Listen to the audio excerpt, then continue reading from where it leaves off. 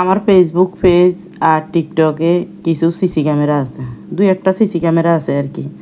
তো সিসি ক্যামেরারা কী করে, আমার ভিডিও দেখে, দেখি পরে আসতে ওই অন্য জায়গায় যাই কমেন্ট করব আর পিস পিস করি আমি কি করি না করি, কি খাওয়া দাওয়া করি, কি পড়ি, কোথায় যাই, এগুলা পিস পিস করি লাগাইব।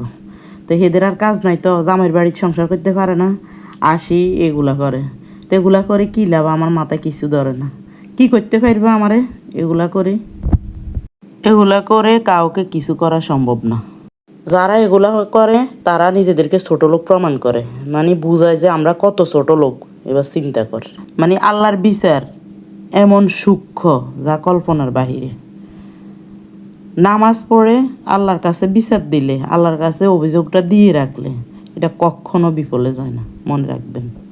জীবনের সব দুঃখ কষ্টের কথা নামাজের বিছনায় আল্লাহর কাছে শেয়ার করবেন, দেখবেন আল্লাহ খুব সুন্দর একটা বিচার করে দেয়।